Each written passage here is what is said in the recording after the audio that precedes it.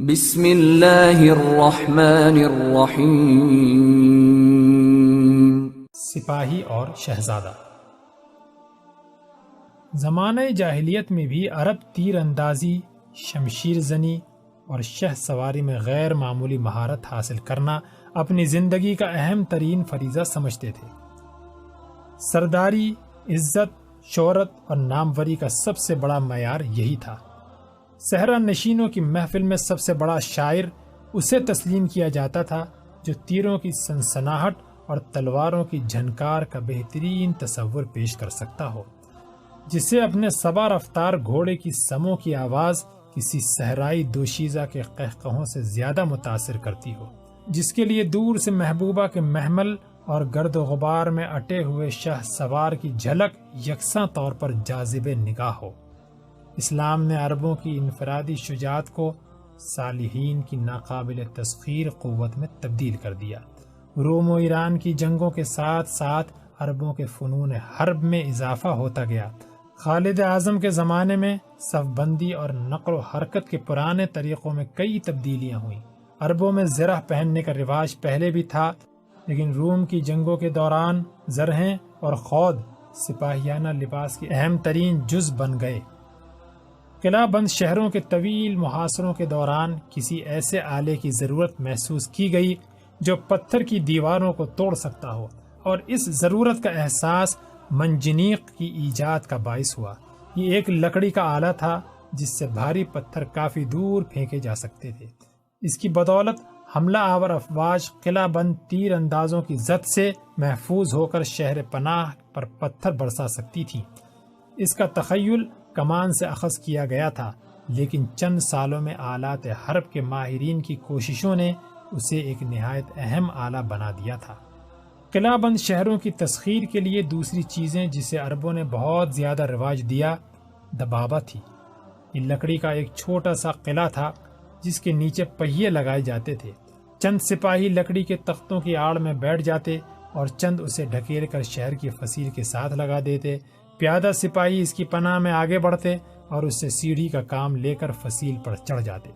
کھلے میدان میں پیادہ فوج کی طرح عرب سوار بھی ابتدا میں تلوار کو نیزے پر ترجیح دینے کے عادی تھے، لیکن آہن پوش سپاہیوں کے مقابلے میں انہوں نے نیزے کی اہمیت کو زیادہ محسوس کیا، اور چند سالوں میں عرب کے طول و عرض میں تیر اندازی اور تیغ زنی کی طرح نیزہ بازی کا رواج بھی عام ہو گیا۔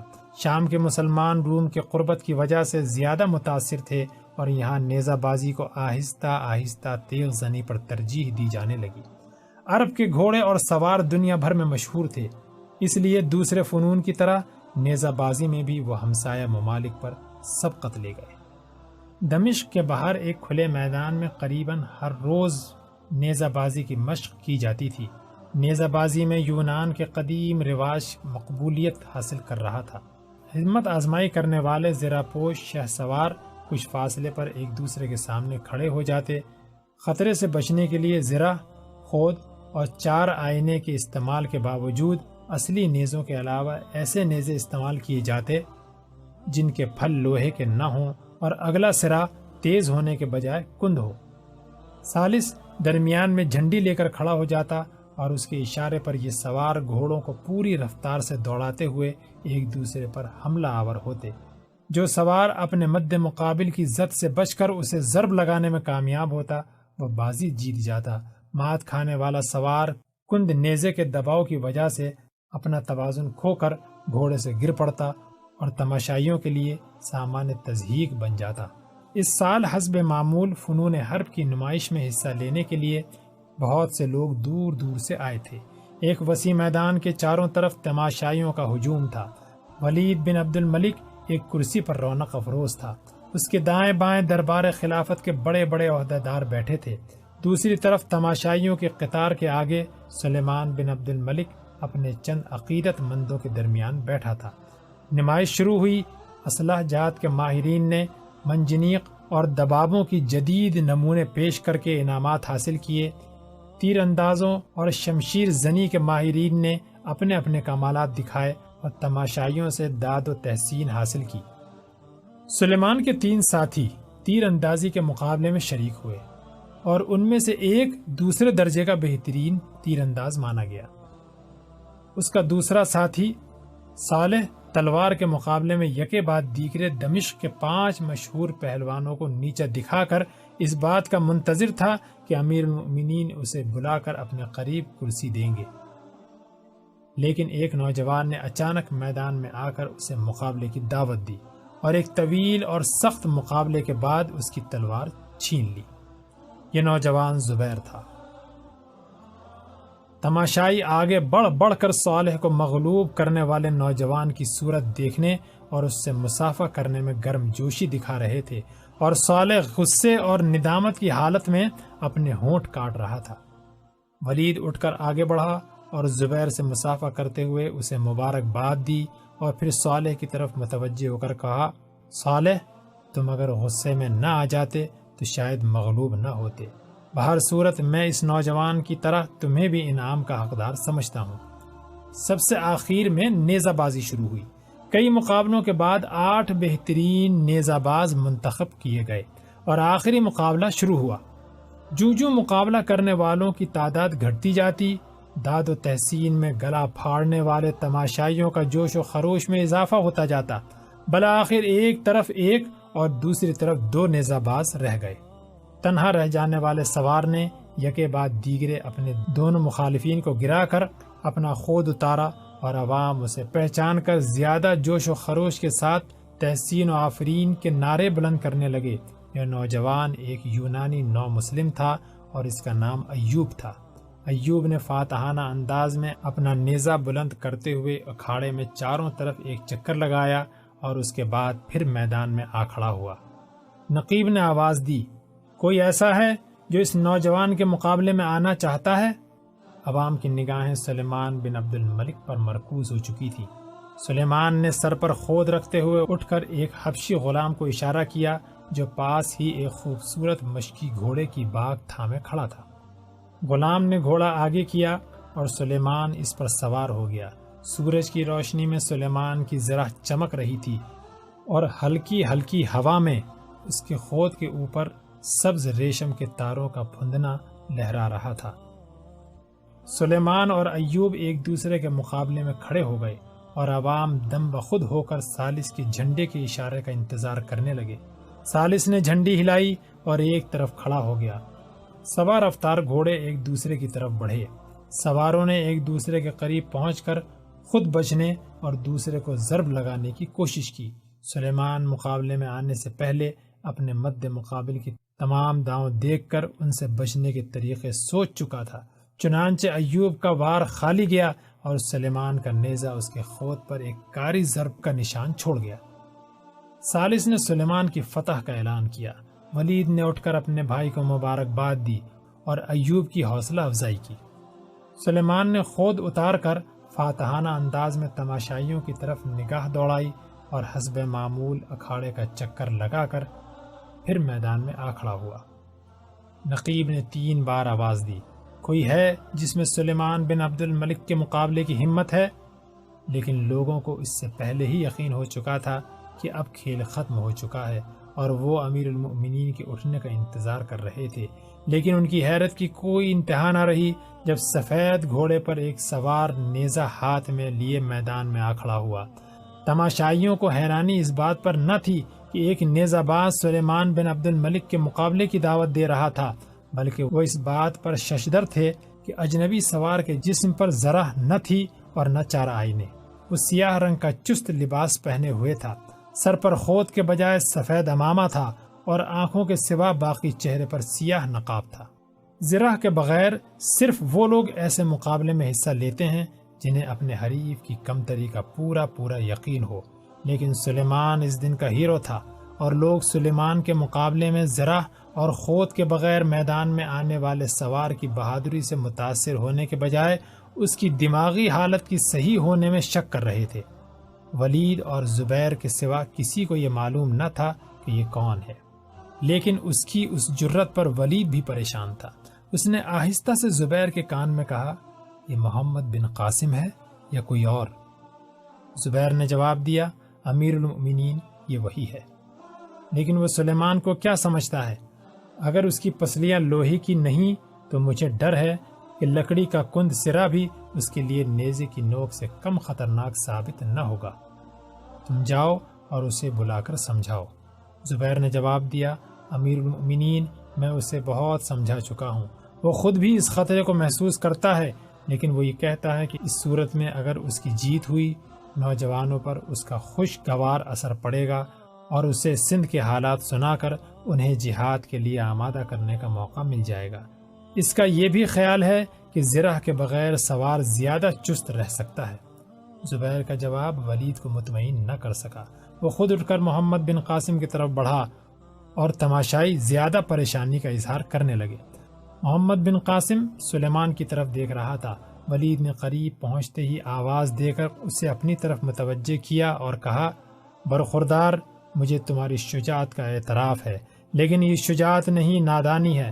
تم زرہ اور خود کے بغیر عرب کے بہترین نیزہ باز کے مقابلے میں جا رہے ہو، اور اگر اس نے اسے اپنی تضحیک سمجھا تو مجھے ڈر ہے کہ تم دوبارہ گھوڑے پر سوار ہونے کے قابل نہیں رہو گے۔ محمد بن قاسم نے جواب دیا، امیر المؤمنین، خدا جانتا ہے کہ مجھے اپنی نمائش مقصود نہیں، میں یہ خطرہ ایک نیک مقصد کے لیے قبول کر رہا ہوں، اور یہ کوئی بہت بڑا خطرہ بھی نہیں۔ میرا خیال ہے کہ زرہ پہن کر سوار چست نہیں رہتا، لیکن اگر تمہاری چستی تمہاری پسلیاں نہ بچا سکیں تو بھی مجھے افسوس نہ ہوگا۔ مجھے اپنی پسلیوں سے زیادہ اس لڑکی کا خیال ہے جس کے سینے میں ہمارے بے رحم دشمن کے تیر کا زخم ناسور بن چکا ہے۔ اگر خدا کو اس کی مدد منظور ہے تو مجھے یقین ہے کہ وہ آج مجھے دمشق کے لوگوں کے سامنے سامان تضحیک نہ بننے دے گا، اور ممکن ہے میں بازی جیتنے کے بعد ہجوم میں اس کا پیغام پڑھ کر سنا سکوں۔ انفرادی تبلیغ سے جو کام ہم مہینوں میں کر سکتے ہیں وہ ایک آن میں ہو جائے گا۔ آپ مجھے اجازت دیجیے اور دعا کیجیے کہ اللہ تعالیٰ میری مدد کرے۔ ولید نے کہا، لیکن تم از کم سر پر خود تو رکھ لیتے۔ محمد بن قاسم نے جواب دیا، آپ برا نہ مانیں، جو سپاہی نیزے کا وار سر پر روکتا ہے اس کے متعلق کوئی اچھی رائے نہیں دی جا سکتی۔ میرے لیے یہ امامہ کافی ہے۔ ولید نے کہا، بیٹا، اگر آج تم سلیمان پر سبقت لے گئے تو انشاءاللہ سندھ پر حملہ کرنے والی فوج کا جھنڈا تمہارے ہاتھ میں ہوگا۔ ولید واپس مڑا اور راستے میں نقیب کو کچھ سمجھانے کے بعد اپنی کرسی پر بیٹھ گیا۔ دوسری طرف سلیمان کے گرد چند تماشائی کھڑے تھے۔ صالح نے آگے بڑھ کر سلیمان کو اپنی طرف متوجہ کرتے ہوئے کہا، امیر المؤمنین آپ کو نیچا دکھانا چاہتے ہیں، آپ ہوشیاری سے کام لیں۔ سلیمان نے پوچھا، لیکن وہ سرپھرا ہے کون؟ مجھے معلوم نہیں، لیکن وہ کوئی بھی ہو، مجھے یقین ہے کہ وہ پھر گھوڑے پر سوار نہیں ہوگا۔ نقیب نے آواز دی، حاضرین، اب سلیمان بن عبد الملک اور محمد بن قاسم کا مقابلہ ہوگا۔ سیاہ پوش نوجوان کی عمر 17 سال سے کم ہے۔ تماشائی اور زیادہ حیران ہو کر سیاہ پوش نوجوان کی طرف دیکھنے لگے۔ ثالث نے جھنڈی ہلائی اور نیزہ باز پوری رفتار سے ایک دوسرے کی زد سے بچ کر نکل گئے، اور عوام نے ایک پرجوش نعرہ بلند کیا۔ کمسن اور نوجوان دیر تک محمد بن قاسم کے لیے تحسین کے نعرے بلند کرتے رہے، اور عمر رسیدہ لوگ یہ کہہ رہے تھے، یہ لڑکا بلا کا چست ہے، لیکن سلیمان کے ساتھ اس کا کوئی مقابلہ نہیں۔ پہلی مرتبہ سلیمان نے جان بوجھ کر اس کی رعایت کی ہے، لیکن دوسری دفعہ اگر وہ بچ گیا تو یہ ایک معجزہ ہوگا۔ کہاں 17 سال کا چھوکرا اور کہاں سلیمان جیسا جہاں دیدہ شہسوار۔ لیکن نوجوانوں نے آسمان سر پر اٹھا رکھا تھا۔ سلیمان کے بجائے اب 17 سالہ اجنبی ان کا ہیرو بن چکا تھا۔ وہ کسی کی زبان سے ایک حرف بھی برداشت کرنے کے لیے تیار نہ تھے۔ بعض تماشائی تکرار سے ہاتھا پائی تک اتر آئے۔ رواج کے مطابق نیزہ بازوں کو دوسرا موقع دیا گیا اور دونوں پھر ایک دوسرے کے مقابلے میں کھڑے ہو گئے۔ بچے اور نوجوان بھاگ بھاگ کر اس طرف جا رہے تھے جس طرف ان کا کمسن ہیرو کھڑا تھا۔ سب کی نگاہیں نقاب پر چھپے ہوئے چہرے کو دیکھنے کے لیے بے قرار تھیں۔ ثالث نے بھاگ کر لوگوں کو پیچھے ہٹایا اور پھر اپنی جگہ پر آ کھڑا ہوا۔ جھنڈی کے اشارے کے بعد تماشائیوں کو پھر ایک بار میدان میں گرد اڑتی نظر آئی۔ تھوڑی دیر کے لیے پھر ایک بار سکوت چھا گیا۔ محمد بن قاسم پھر اچانک ایک طرف جھک کر سلیمان کے نیزے کی ضرب سے بچ گیا۔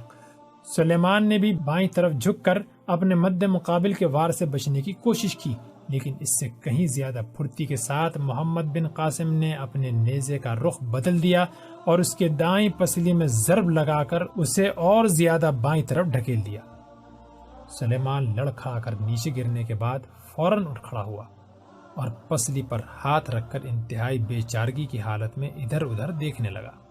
چاروں طرف سے فلک شگاف نعروں کی صدا آ رہی تھی۔ محمد بن قاسم نے تھوڑی دور جا کر اپنے گھوڑے کی باگ موڑ لی اور سلیمان کے قریب آ کر نیچے اترتے ہوئے مسافہ کے لیے اس کی طرف ہاتھ بڑھایا، لیکن سلیمان مسافہ کرنے کے بجائے منہ پھیر کر تیزی سے قدم اٹھاتا ہوا ایک طرف نکل گیا۔ آن کی آن میں تماشائی ہزاروں کی تعداد میں محمد بن قاسم کے گرد جمع ہو گئے۔ یونانی شہ سوار ایوب نے آگے بڑھ کر محمد بن قاسم کے ہاتھ سے گھوڑے کی باگ پکڑ لی اور کہا، میں آپ کو مبارکباد دیتا ہوں۔ اب اگر کوئی مجبوری نہ ہو تو آپ چہرے سے نقاب اتار دیجئے، ہم سب کی نگاہیں آپ کی صورت دیکھنے کے لیے بے قرار ہیں۔ محمد بن قاسم نے نقاب اتار ڈالا۔ کمسن شہ سوار کا چہرہ لوگوں کی توقع سے کہیں زیادہ متین اور سنجیدہ تھا۔ اس کی خوبصورت سیاہ آنکھوں سے شوخی کے بجائے معصومیت ٹپکتی تھی۔ لوگوں کے نعروں اور پر اشتیاق نگاہوں کے جواب میں اس کا سکون یہ ظاہر کر رہا تھا کہ اسے بڑی سے بڑی فتح بھی متاثر نہیں کر سکتی۔ جو نوجوان اسے کندھوں پر اٹھا کر دمشق کی گلیوں میں اس کا شاندار جلوس نکالنے کے ارادے سے بڑھے تھے، دم بخود ہو کر اس کی طرف دیکھ رہے تھے۔ ایوب نے اپنے ایک عرب دوست سے کہا، میں سچ کہتا ہوں کہ میں نے یونان کے مجسموں میں بھی کوئی صورت بیک وقت اس قدر خوبصورت، معصوم، سادہ اور بارعب نہیں دیکھی۔ ایک عرب نے پوچھا، آپ کہاں سے آئے ہیں؟ محمد بن قاسم نے جواب دیا، بصرہ سے۔ اس پر کئی لوگ یہ اصرار کرنے لگے کہ آپ ہمارے ہاں ٹھہریے۔ محمد بن قاسم نے سب کا شکریہ ادا کرتے ہوئے کہا، میں دمشق کے لوگوں کے پاس ایک ضروری پیغام لے کر آیا ہوں اور مجھے جلد واپس جانا ہے۔ اگر آپ سب خاموشی سے میرا پیغام سن لیں تو یہ مجھ پر بڑی عنایت ہوگی۔ لوگ اب بہت زیادہ تعداد میں محمد بن قاسم کے گرد جمع ہو رہے تھے۔ ولید بن عبد الملک عہدیداروں کی جماعت کے ہمراہ آگے بڑھا۔ لوگ امیر المؤمنین کو دیکھ کر ادھر ادھر ہٹ گئے۔ ولید نے محمد بن قاسم کے قریب پہنچ کر کہا، میرے خیال میں یہ تمہارے لیے بہترین موقع ہے، تم گھوڑے پر سوار ہو جاؤ تاکہ سب لوگ تمہاری صورت دیکھ لیں۔ محمد بن قاسم گھوڑے پر سوار ہو گیا۔ مجمع میں کان و کان ایک سرے سے دوسرے سرے تک یہ خبر پہنچ چکی تھی کہ یہ سیاہ پوش نوجوان کوئی اہم خبر سنانا چاہتا ہے، اور وہ لوگ جو اگلی قطاروں میں تھے یکے بعد دیگرے زمین پر بیٹھ رہے تھے۔ محمد بن قاسم نے مختصر الفاظ میں سرندیپ کی مسلمان بیواؤں اور یتیم بچوں کی المناک داستان بیان کی۔ اس کے بعد زبیر سے رومال لے کر ناہید کا مکتوب پڑھ کر سنایا۔ بیواؤں اور یتیم بچوں کی سرگزشت سننے کے بعد عوام کے دلوں پر ناہید کے مکتوب کے الفاظ تیر و نشتر کا کام کر رہے تھے۔ مکتوب سنانے کے بعد محمد بن قاسم نے رومال زبیر کو واپس کرتے ہوئے بلند آواز میں کہا، فدایان اسلام، میں تم میں سے اکثر کی آنکھوں میں آنسو دیکھ رہا ہوں، لیکن یاد رکھو ستم رسیدہ انسانیت کا دامن پر ظلم کی سیاہی کے دھبے آنسوؤں سے نہیں، خون سے دھوئے جاتے ہیں۔ جبر و استبداد کی جو آگ سندھ کے وسیع ملک میں سلگ رہی ہے، ہم نے دور سے اس کی ہلکی سی آنچ محسوس کی ہے، اور وہ اس لیے کہ ہمارے چند بھائی، چند مائیں اور چند بہنیں اس آتش کدہ میں جل رہی ہیں، لیکن ہمیں ان لاکھوں بے کسوں کا حال معلوم نہیں جو مدت سے سندھ کی استبدادی نظام کی زنجیروں میں جکڑے ہوئے ہیں۔ یہ تیر جو ایک مسلمان لڑکی کے جسم میں پیوست ہوا، ان لاکھوں تیروں میں سے ایک تھا جن کی مشق سندھ کے مغرور و جابر حکمران اپنی بے کس رعایا کے سینوں پر کرتا ہے۔ آج سندھ میں اگر ہماری بہنیں اور بھائی قید خانے کی تاریک کوٹری میں مجاہدین اسلام کے گھوڑوں کی ٹاپ سننے کے منتظر ہیں، آج اگر وہ اللہ اکبر کے نعروں کا انتظار کر رہے ہیں جن میں اب بھی دیبل کے قلعے کے مضبوط دیوانوں پر زلزلہ طاری کر دینے کی قوت موجود ہے، تو مجھے یقین ہے کہ سندھ کے عوام جو برسوں سے ظلم و استبداد کی آگ میں جل رہے ہیں، افق مغرب کی رحمت کی ان گھٹاؤں کے منتظر ہیں جو آج سے کئی برس پہلے آتش کدہ ایران کو ٹھنڈا کر چکی ہیں۔ ان کی مجروح سینوں میں سے یہ آواز نکل رہی ہے کہ اے کاش وہ مجاہدین جنہوں نے اپنے خون سے باغ آدم میں مساوات، عدل، انصاف اور امن کے پودے کی آبیاری کی ہے، سندھ کے حکمران کے ہاتھوں سے ظلم کی تلوار چھین لیں اور ان کے گھوڑے ان خاردار جھاڑیوں کو مسل ڈالیں جن کے ساتھ انسانیت اور آزادی کا دامن الجھا ہوا ہے۔ مسلمانوں، یہ خبر ہمارے لیے بری بھی ہے اور اچھی بھی۔ بری اس لیے کہ ہمیں اپنے بھائیوں اور بہنوں کا حال سن کر دکھ ہوا، اور اچھی اس لیے کہ حق و صداقت کی تلوار کے سامنے قیصر و کسریٰ کی طرح ایک اور مغرور سر اٹھا ہے۔ آؤ اسے بتا دیں کہ ہماری تلواریں کند نہیں ہوئیں۔ گزشتہ چند برسوں میں ہمارے اندرونی خلفشار نے ہمیں بہت نقصان پہنچایا ہے۔ وہ سلطنتیں جو ہمارے آباء و اجداد کے نام سے تھراتی تھیں، آج ہمارے خلاف اعلان جنگ کر رہی ہیں۔ ایک مظلوم لڑکی کا یہ خط اگر تمہاری رگوں میں حرارت پیدا نہ کر سکا تو یاد رکھو، روئے زمین پر ہماری عظمت اور عروج کے دن گنے جا چکے ہیں۔ لیکن میں مایوس نہیں، میں تم سب میں سے کسی کے چہرے پر مایوسی نہیں دیکھتا۔ میں صرف یہ کہوں گا کہ ایک شجاع قوم غفلت کی نیند سو رہی ہے، اور اس قوم کی ایک غیور بیٹی بلند آواز میں یہ کہہ رہی ہے کہ اے اسلام کے غیور بیٹوں، تم تو روئے زمین کے ہر بہو بیٹی کی عصمت کی حفاظت کے لیے پیدا ہوئے ہو، اور آج تمہاری یہ حالت کہ تمہاری اپنی بہو بیٹیوں کو پابند زنجیر برہمن آباد کے بازاروں میں کھینچا جا رہا ہے۔ عوام جذبات سے مغلوب ہو کر ولید بن عبد الملک کی طرف دیکھ رہے تھے۔ ایک معمر شخص نے آگے بڑھ کر کہا، اگر ہم سے پہلے یہ خبر امیر المؤمنین تک پہنچ چکی ہے تو ہم حیران ہیں کہ انہوں نے ابھی تک سندھ کے خلاف اعلان جہاد کیوں نہیں کیا۔ ہجوم آتش فشاں پہاڑ کی طرح بھرا بیٹھا تھا، چاروں طرف جہاد جہاد کے فلک شگاف نعرے گونجنے لگے۔ محمد بن قاسم نے دونوں ہاتھ بلند کرتے ہوئے لوگوں کو خاموش کیا اور پھر اپنی تقریر شروع کی۔ میرے مخاطب وہ لوگ نہیں جو ایک ہنگامی جوش کے باعث چند نعرے لگا کر خاموش ہو جاتے ہیں۔ زندہ قومیں نعرے بلند کرنے سے پہلے اپنی تلواریں بے نیام کر کے میدان میں کودی ہیں۔ تم دمشق میں چند نعرے لگا کر ان نگاہوں کو تشفی نہیں کر سکتے جو یہاں سے ہزاروں میل دور تمہاری تلواروں کی چمک دیکھنے کے لیے بے قرار ہیں۔ امیر المؤمنین کو اپنی ذمہ داری کا احساس ہے، لیکن انہوں نے ابھی تک تمہارے نعرے سنے نہیں تھے۔ کاش ان نعروں کے ساتھ وہ تلواریں بھی نیام سے باہر آنے کے لیے برقرار ہوتی جن کی نوک کے ساتھ تمہارے آباء و اجداد سطوت اسلام کی داستان لکھ گئے ہیں۔ میں دیکھنا چاہتا ہوں کہ قادسیہ اور اجنادین کے مجاہدین کے اولاد میں زندگی کی کوئی رمق باقی ہے یا نہیں۔ اس میں شک نہیں کہ ہماری تمام افواج ترکستان اور افریقہ کے میدانوں میں مصروف جہاد ہیں، لیکن تم میں سے کون ایسا ہے جو تلوار کا استعمال نہیں جانتا؟ اگر ہمت کریں تو ہم سب سندھ کے میدانوں میں یرموک اور دمشق کی یاد پھر زندہ کر سکتے ہیں۔ آج تم کو اپنے آباء و اجداد کی طرح یہ ثابت کرنا ہے کہ ضرورت کے وقت ہر مسلمان سپاہی بن سکتا ہے۔ اب تمہاری تلواریں دیکھ کر میں امیر المؤمنین سے اعلان جہاد کی درخواست کرتا ہوں۔ محمد بن قاسم گھوڑے سے اتر پڑا۔ اس کی تقریر کے اختتام تک کئی بوڑھے اور نوجوان تلواریں بلند کر چکے تھے۔ ایک 10 سال کا لڑکا سخت جد و جہد کے بعد لوگوں کو ادھر ادھر ہٹاتا ہوا آگے بڑھا اور ولید کے قریب جا کر بولا، امیر المؤمنین، کیا مجھے بھی جہاد پر جانے کی اجازت ہوگی؟ مجھے معلوم نہ تھا، ورنہ میں تلوار لے کر آتا، لیکن میں ابھی لے آتا ہوں۔ آپ انہیں تھوڑی دیر روکیں۔ ولید نے پیار سے اس کے سر پر ہاتھ رکھتے ہوئے کہا، تمہیں ابھی چند سال اور انتظار کرنا پڑے گا۔ لڑکا دل برداشتہ ہو کر محمد بن قاسم کے قریب آ کھڑا ہوا۔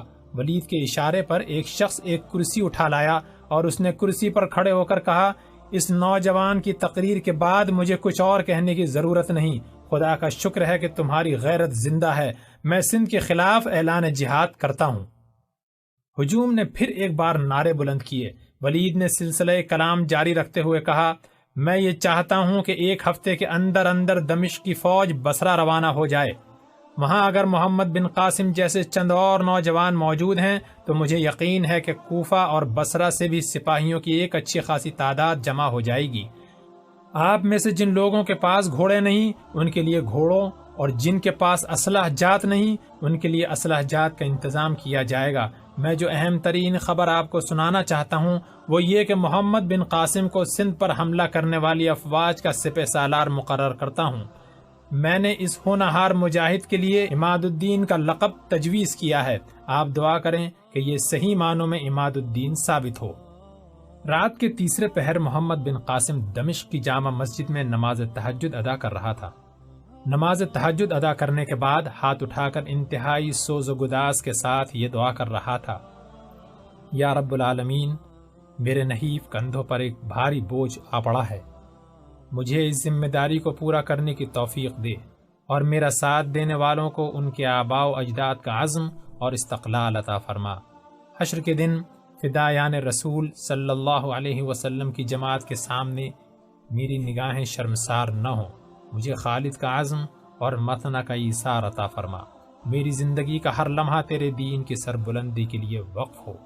اس دعا کے اختتام پر زبیر کے علاوہ ایک اور شخص نے بھی، جو محمد بن قاسم کے دائیں ہاتھ بیٹھا ہوا تھا، آمین کہی، اور یہ دونوں اس کی طرف دیکھنے لگے۔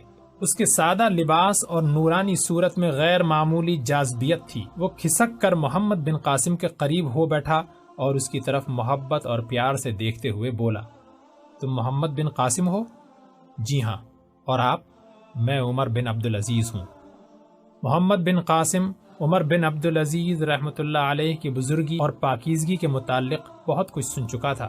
اس نے عقیدت مندانہ نگاہوں سے دیکھتے ہوئے کہا، آپ میرے لیے دعا کریں۔